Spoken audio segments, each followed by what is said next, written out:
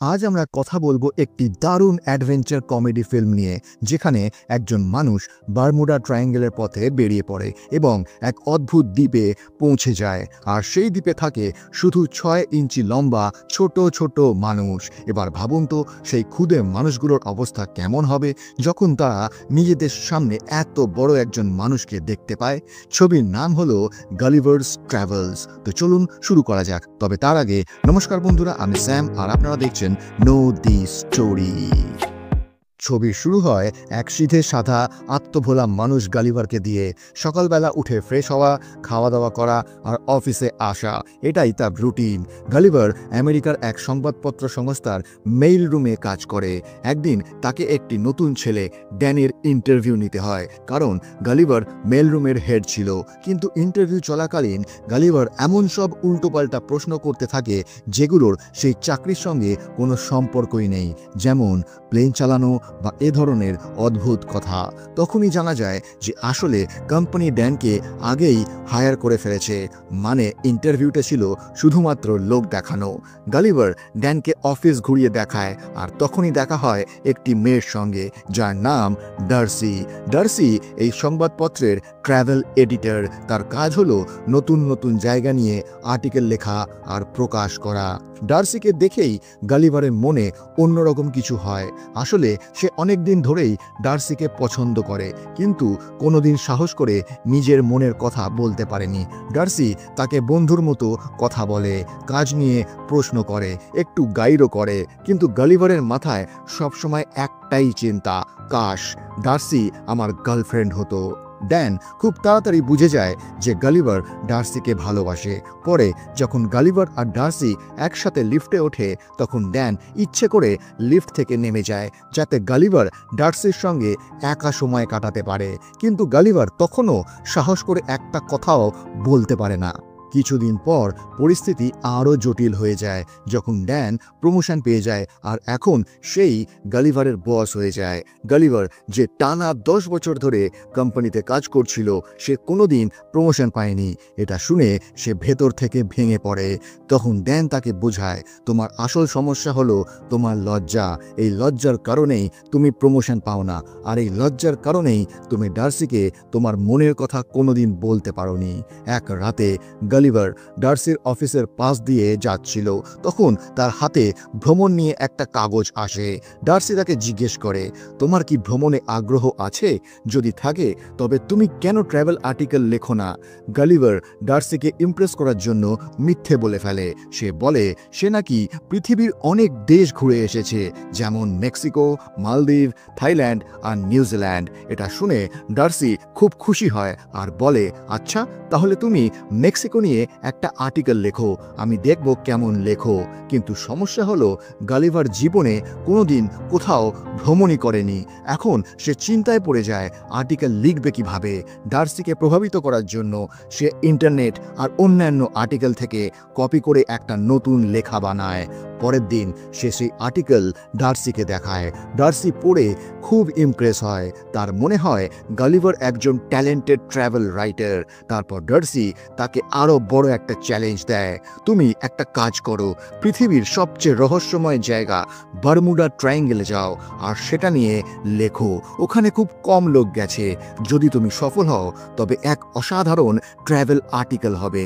এবং এখান থেকেই শুরু হয় গালিভারের আসল অ্যাডভেঞ্চার, এক এমন ভ্রমণ যা তার জীবনকে চিরদিনের জন্য বদলে দেবে। ডার্সি গালিভারকে বোঝায় যে বারমুডা ট্রায়াঙ্গেল নিয়ে লিখতে পারলে তার জীবন বদলে যাবে। সে বলে, দেখো গালিভার, যদি তুমি সেখান থেকে সত্যিকারের তথ্য নিয়ে আসতে পারো তাহলে এক রাতেই তুমি বিখ্যাত হয়ে যাবে। আর যেহেতু আমার কাজ হলো ট্রাভেল আর অ্যাডভেঞ্চারের গল্প কভার করা, তাই তোমার জন্য আমিও জনপ্রিয় হয়ে উঠব। তোমার থাকা, খাওয়া, ভ্রমণ সব কিছুরই ব্যবস্থাই আমি করে দেব। এটা শুনে গালিভার নিজেকে নায়ক মনে করতে শুরু করে এবং সঙ্গে সঙ্গেই রাজি হয়ে যায়। এবার একটু জেনে নাও বারমুডা ট্রায়াঙ্গেল আসলে কি। এটা উত্তর আমেরিকার কাছে সমুদ্রের মধ্যে একটা জায়গা, যেখান দিয়ে যেতে গিয়ে অসংখ্য জাহাজ আর প্লেন চিরদিনের জন্য গায়েব হয়ে গেছে। আজ পর্যন্ত তাদের কোনো খোঁজ পাওয়া যায়নি। এই কারণেই জায়গাটিকে ডেভিলস ট্রায়াঙ্গেলও বলা হয়। পরের দিন সকালে গালিভার ভ্রমণের উদ্দেশ্যে রওনা হয়। ডার্সি তার জন্য আগেই একজন গাইড আর নৌকার ক্যাপ্টেনের ব্যবস্থা করে রেখেছিল। ক্যাপ্টেন তাকে নির্দেশ দিয়ে বলে, এই লাল পতাকা দেখছো তো, এটাকেই ফলো করতে থাকবে, সরাসরি বারমুডা ট্রায়াঙ্গেলে পৌঁছে যাবে। আর ফিরতে চাইলে শুধু এই বোতামটা টিপে দিও, নৌকা আপনি তোমাকে ফিরিয়ে নিয়ে আসবে।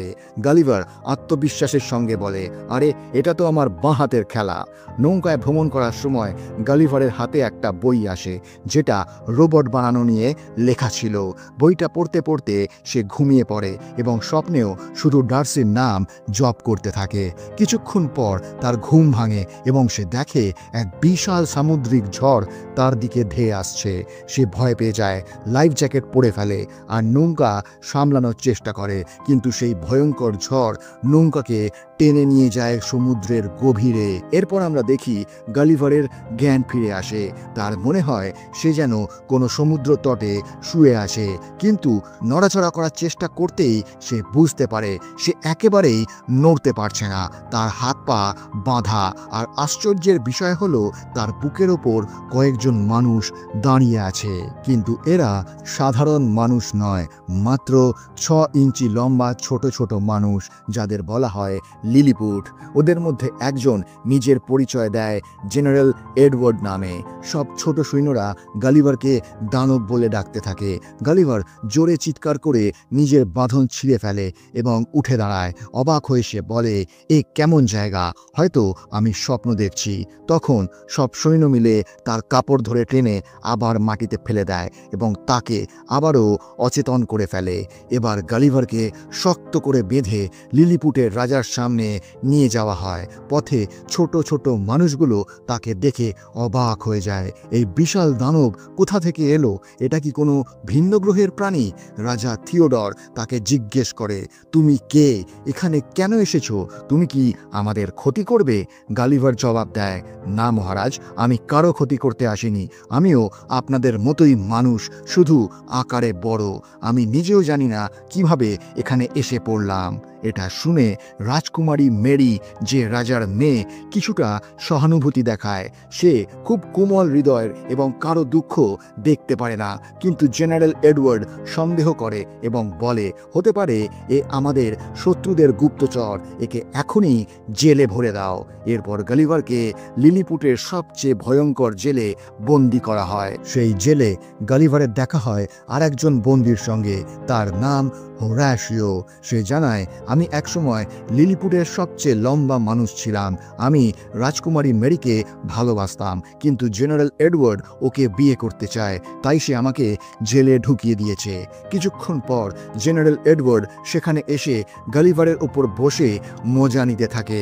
এটা দেখে হোরাশিও মন খারাপ করে, কিন্তু এই সময় অন্য রাজ্যের সৈন্যরা লিলিপুটে আক্রমণ চালায়। তারা প্রাসাদে আগুন লাগিয়ে দেয় এবং রাজকুমারী মেরিকে অপহরণের চেষ্টা করে। হোরাশিও, যে নিজেও বন্দী ছিল, গালিভারকে বলে, এই সময় আমাদের রাজকুমারীকে বাঁচাতে হবে, তোমাকেই যেতে হবে। এই কথা বলে সে গালিভারের সব বাঁধন খুলে দেয়। গালিভার একেবারে হিরোর মতো এন্ট্রি নেয় এবং ছোট ছোট শত্রুদের ধরে সরাসরি জলে ছুঁড়ে ফেলে দেয়। সে রাজকুমারী মেরিকে উদ্ধার করে ফিরিয়ে আনে, কিন্তু প্রাসাদে আগুন আর ঘন ধোঁয়া দেখে মানুষজন আতঙ্কে দৌড়দৌড়ি শুরু করে দেয়। রাজা আর তার মন্ত্রীরাও আগুনে আটকে পড়ে।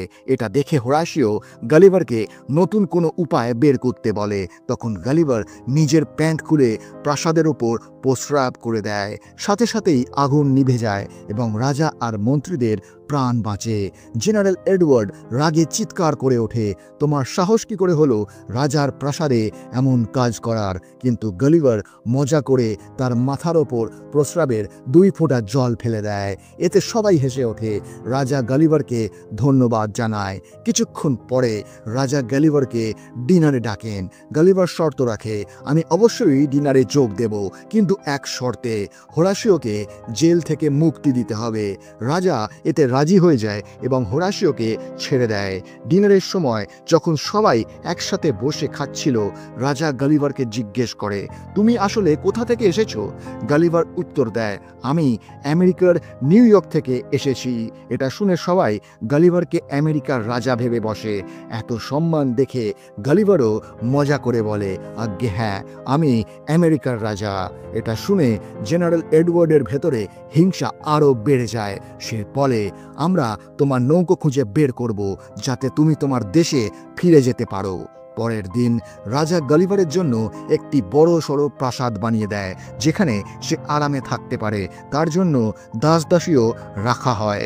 হোরাসিও আর গালিভারের কথোপকথন থেকে আমরা জানতে পারি যে হোরাসিও রাজকুমারী মেরিকে ভালোবাসে কিন্তু বলতে পারে না।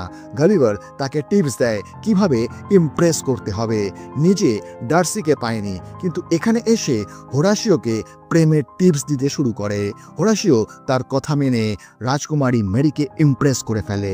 রাজকুমারীও তাকে পছন্দ করতে শুরু করে। হোরাসিও খুশিতে উচ্ছ্বসিত হয়ে ওঠে এবং গালিভারকে ধন্যবাদ জানায়।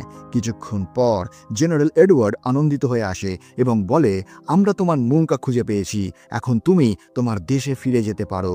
আসলে এডওয়ার্ড আর গালিভারকে সহ্য করতে পারছিল না। নৌকা দেখে গালিভার ভীষণ খুশি হয়। সে তার ফোনও পেয়ে যায় যেখানে ডার্সির একটি ভয়েস মেসেজ থাকে। গালিভার, তোমার কোনো খোঁজ নেই, তুমি যেখানেই থাকো না কেন আমি তোমাকে খুঁজে বের করে ফিরিয়ে আনবই, নিজের খেয়াল রেখো।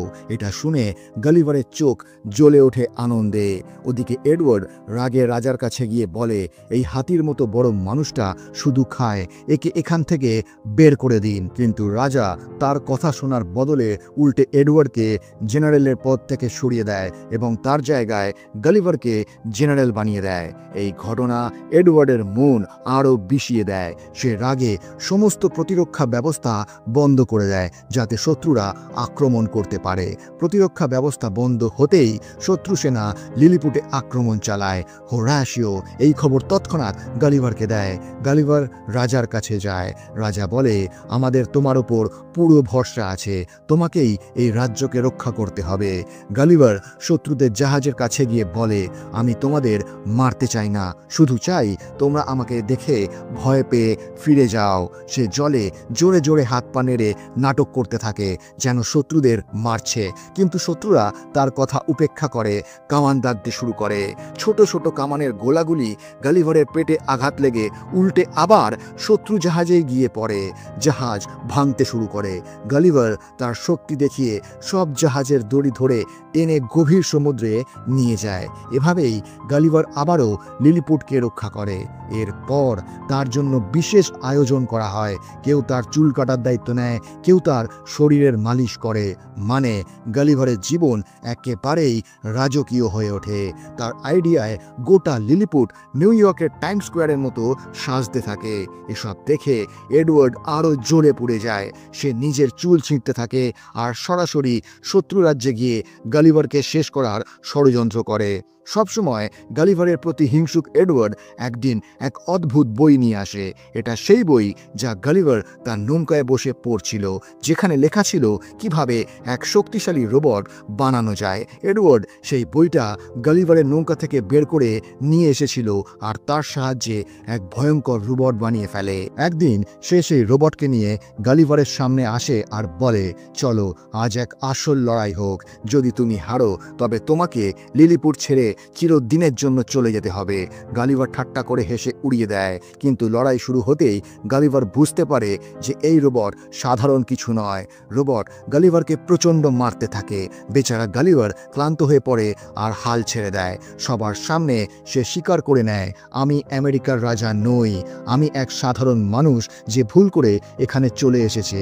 এটা শুনে সবাই হতাশ হয়ে পড়ে। এডওয়ার্ড সঙ্গে সঙ্গে তাকে বেঁধে সমুদ্রে ফেলে দেয়। সমুদ্রে ভেসে ভেসে গালিভার এক নতুন দ্বীপে পৌঁছয়, কিন্তু এখানে সবকিছু উল্টো। এখানকার মানুষজন তার থেকে 100 গুণ বড়। মানে গালিভার এবার তাদের কাছে এক ছোট্ট খেলনা হয়ে যায়। এক ছোট মেয়ে গালিভারকে নিজের পুতুল ভেবে তাকে পোশাক পরায়, খাওয়ায়, এমনকি নিজের খেলনার সঙ্গে তার বিয়েও দিয়ে ফেলে। এ সময় ডার্সিও লিলিপুটে এসে পৌঁছয় আর জেনারেল এডওয়ার্ড তাকে এবং রাজারানীকে বন্দি করে ফেলে। হোরাশিও সমুদ্র পাড়ি দিয়ে গালিভারকে খুঁজতে আসে আর সব সত্যিটা জানিয়ে দেয়। গালিভার তৎক্ষণাৎ লিলিপুটে ফিরে আসে এবং ডার্সির সামনে গিয়ে নিজের মন খুলে বলে, আমি সবার সঙ্গে মিথ্যে বলেছি, কিন্তু তুমি আমার কাছে সবচেয়ে স্পেশাল, আমি তোমাকে ভালোবাসি। ডার্সি প্রথমে রাগ দেখালেও পরে হেসে বলে, এখন তুমি আমাদের সবাইকে বাঁচাও। গালিভার রাজারানীকে মুক্ত করে দেয়। পরের দিন এডওয়ার্ড আবার তার রোবট নিয়ে আসে। জনতার সামনে দুজনের ফের মুখোমুখি লড়াই হয়। গালিভার আবার হারতে থাকে। রোবট তাকে জোরে জোরে আঘাত করে এবং বৈদ্যুতিক শক দেয়। এটা দেখে হোরাশিও চুপ করে থাকতে পারে না। সে রোবটের ভেতরে ঢুকে যায় এবং কিছু তার কেটে দেয়। রোবটের সিস্টেম বিগড়ে যেতে শুরু করে। এমন সময় সুযোগ বুঝে গালিভার রোবটকে জোরে জোরে পেটাতে শুরু করে আর এডওয়ার্ডের ষড়যন্ত্রকে একেবারে শেষ করে দেয়। তার এই বীরত্বে খুশি হয়ে রাজা রাজকুমারী আর হোরাশিওর প্রেমকে মেনে নেয়। এডওয়ার্ড যখন তাকে তলোয়ার দিয়ে ভয় দেখাতে আসে তখন রাজকুমারী এক ঘুষি মেরে তাকে মাটিতে ফেলে দেয়।